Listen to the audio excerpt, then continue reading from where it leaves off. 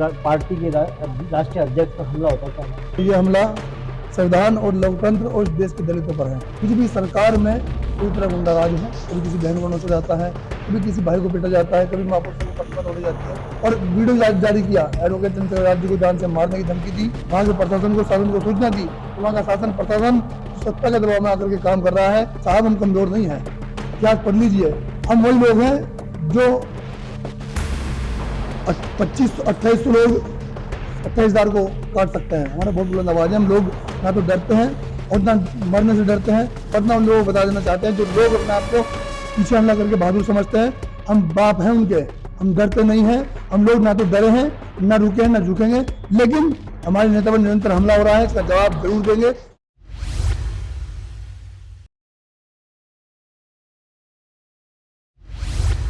उत्तर प्रदेश के मथुरा में नगीना से लोकसभा सांसद और भीम आर्मी संस्थापक आजाद समाज पार्टी के राष्ट्रीय अध्यक्ष चंद्रशेखर आजाद पर के काबिले पर हमला हो जाता है, जिसमें कई लोग गंभीर रूप से घायल हो जाते हैं, जिनको प्राथमिक इलाज के बाद छुट्टी दी जाती है।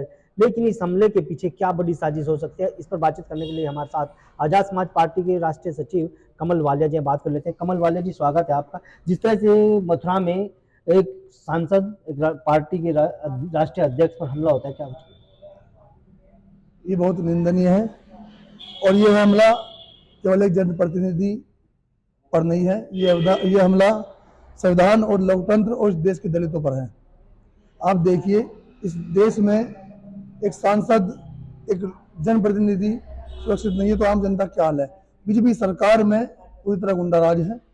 आए दिन कभी किसी प्रदेश में, कभी किसी जिले में, कभी किसी बहन के साथ, कभी किसी बहन को नोचा जाता है, कभी किसी भाई को पीटा जाता है, कभी माँ पुरुषों की प्रतिमा तोड़ी जाती है। तो बीजेपी में गुंडाराज है। और आप देख सकते हैं, कल जो हमला एडवोकेट चंद्रशेखर आजाद पर हुआ, उसकी हम लोग कड़ी निंदा करते हैं।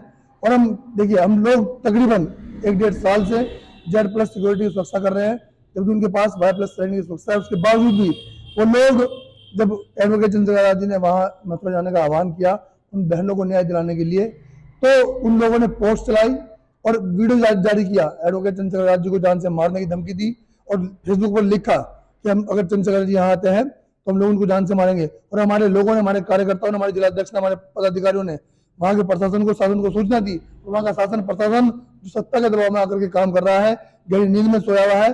शासन प्रशासन कल जो है उनकी अनदेखी में इतना बड़ा हमला हुआ, जिससे एडवोकेट चंद्रशेखर आजाद को बड़ी क्षति हो सकती थी। ऐलान हमला था या नहीं होगा? बिल्कुल ऐलान करके वो लोग सरेआम एक जनप्रतिनिधि को, एक सांसद को, एक उस व्यक्ति को, जो व्यक्ति पूरे देश में बहुजन समाज की बात करता है, जो व्यक्ति पूरे देश में बहुजन समाज के बहनों के मान सम्मान स्वाभिमान की बात करता है, जो शख्स, जो लीडर, जो बेटा अपनी बहनों के मान सम्मान स्वाभिमान के लिए लड़ रहा है पूरे देश में, उस शख्स को वहां के चंद गंदी मानसिकता के लोग एक धमकी देते हैं, फेसबुक अकाउंट पर लिखते हैं और सरेआम उनको मारने की धमकी देते हैं। और हमारे लोग शासन प्रशासन वहां के DM SSP को बताते हैं, तो DM SSP संज्ञान लेने के बजाय हमारे लोगों को दोषी ठहराते हैं। क्या कुछ साजिश देखते हैं, क्योंकि इसमें ऐलानिया हमला होता है और उसमें कहने नाम भी सामने आ रहे हैं, कौन लोग?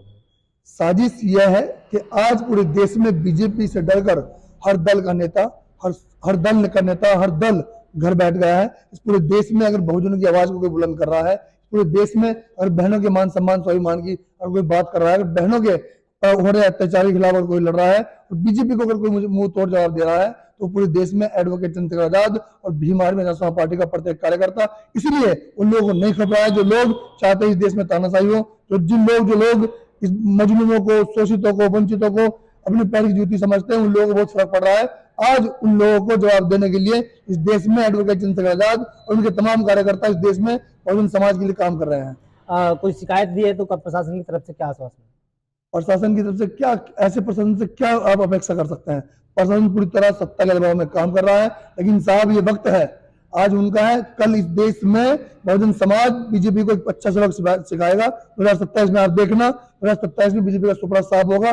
इस देश में अब उदय हो चुका है एक ऐसी बुलंद आवाज का, इस देश में उदय हो चुका है एक ऐसे भाई का, एक ऐसे बेटे का, जो अपनी बहनों के लिए रात दिन उनके लिए संघर्ष करता है।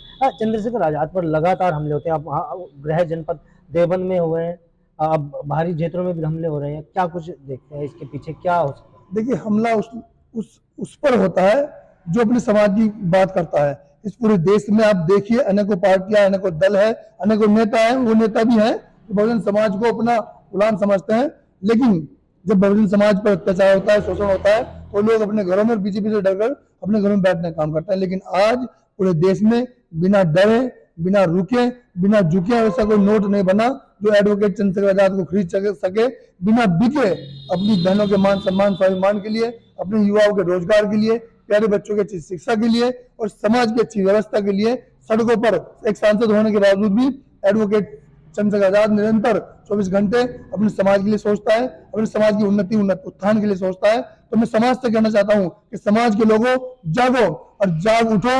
अब हमें 2027 में एक बड़ा परिवर्तन करना है और बीजेपी सरकार का इस प्रदेश से सुपड़ा साफ करना है। बढ़ती लोकप्रियता को रोकने की कोई साजिश तो नहीं है? बिल्कुल है। ये उन लोगों को डर लग रहा है जिन लोगों की दुकानें बंद हो गई है, जो लोग दलाली करके अपनी दुकानें चला रहे थे।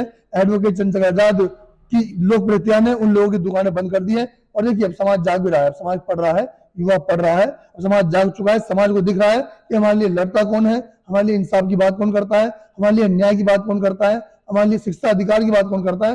पूरे देश में एक ही शख्स है जो बीजेपी से बिना डरे, बिना रुके, बिना झुके बीजेपी के सामने उनकी आंखों में आंखें डालकर अपने समाज के मान सम्मान स्वाभिमान की बात करता है। अगर हम देश और प्रदेश की बात करते तो देश में बीजेपी की सरकार है और देश के ज्यादातर राज्यों में भी बीजेपी की सरकार है, या यूँ कहें तो उन राज्यों में डबल इंजन की सरकार है। तो दलित समाज अपने आप को कितना सुरक्षित है? कहाँ सुरक्षित है? अभी हम बिहार में थे, 7 दिवसीय दौरे पर थे बिहार में। मैं और भीम आर्मी के राष्ट्रीय अध्यक्ष विनय रतन सिंह जी, हम दोनों बिहार में थे। बिहार में अभी मुजफ्फरपुर में एक बहन को जो है 7 साल की बच्ची थी, उसके साथ बलात्कार हुआ। पूर्णिया में अभी कल की घटना है, एडवोकेट चंद्रशेखर आजाद ने ट्वीट भी किया है, वहां एक बच्ची के साथ रेप किया है। कोई सा प्रदेश ले लीजिए, जहां बीजेपी सरकार है वहां इस देश के हालात बद से बदतर हो चुके हैं। आज एक बड़ा परिवर्तन की ओर बहुजन समाज है और मैं बहुजन समाज से ये कहना चाहता हूं कि ये समय है हम लोगों को समझने का। आज हमारे नेता पर निरंतर हमले हो रहे हैं। हमले इसलिए हो रहे हैं कि हमारा नेता हमारे लिए, हमारे मान सम्मान के लिए निरंतर आवाज उठा रहा है, तो उसकी आवाज को दबाने के लिए बीजेपी सरकार निरंतर हमले कराई जा रही है। लेकिन ये आवाज दबने वाली नहीं है कि बहुजन समाज एडवोकेट चंद्रशेखर आजाद के साथ खड़ा हो गया है। और साहब, बीजेपी सरकार में लोकतंत्र की हत्या की जा रही है, जिसकी हम लोग कड़ी निंदा करते हैं। और अगर बीजेपी सरकार चाहती है कि ये देश तानाशाही से चले तो नहीं चलेगा। हम लोग अपनी अंतिम सांस तक इस सरकार का विरोध करेंगे, इनके विचारों का विरोध करेंगे और हम लोग एडवोकेट चंद्रशेखर आजाद के हाथों को मजबूत करेंगे। बहुजन समाज जाग चुका है। आप देखना 2027 में बड़ा परिवर्तन बहुजन समाज करेगा और बीजेपी का सुपड़ा साफ इस 2027 में उत्तर प्रदेश से होगा। हम उन लोगों को भी बता देना चाहते हैं जो लोग निरंतर एडवोकेट चंद्रशेखर आजाद पर, हमारे नेता पर हमला करते हैं, कि साहब हम कमजोर नहीं है। इतिहास पढ़ लीजिए, हमारा एक बहुत बुलंद आवाज है। हम वही लोग हैं जो 2800 लोग 28,000 को काट सकते हैं। हमारा बहुत बुलंद आवाज है। हम लोग ना तो डरते हैं और ना मरने से डरते हैं। हम लोग आमने सामने की लड़ाई करना जानते हैं, लेकिन संविधान हमारे बाप ने लिखा है, संविधान में आस्था है। वरना उन लोगों को बता देना चाहते हैं जो लोग अपने आप को पीछे हमला करके बहादुर समझते हैं, हम बाप हैं उनके, हम डरते नहीं हैं। हम लोग ना तो डरे हैं, ना रुके हैं, ना झुकेंगे। लेकिन हमारे नेता पर निरंतर हमला हो रहा है, इसका जवाब जरूर देंगे। इसका जवाब बहुजन समाज देगा, 2027 में देगा और आपको सबक सिखाएगा। बहुत बहुत धन्यवाद कमल वालिया जी। ये थे हमारे साथ भीम आर्मी के राष्ट्रीय महासचिव कमल वालिया, जिन्होंने न्यूज 14 टुडे से बातचीत में साफ कर दिया कि जो इस तरह से आजाद समाज पार्टी के राष्ट्रीय अध्यक्ष और नगीना से सांसद चंद्रशेखर आजाद के ऊपर हमले हो रहे हैं, उसकी वो कड़ी निंदा करते हैं और कहीं ना कहीं विपक्षी दलों की साजिश करार दी है। वीडियो के बारे में आपकी क्या राय है? अगर आप ये खबर फेसबुक पर देख रहे हैं तो वीडियो को लाइक करके पेज को फॉलो करें। इसके अलावा अगर आप इस खबर से यूट्यूब के जरिए जुड़े हैं तो चैनल को सब्सक्राइब करके बेल आइकन दबाना बिल्कुल ना भूलें। नमस्कार।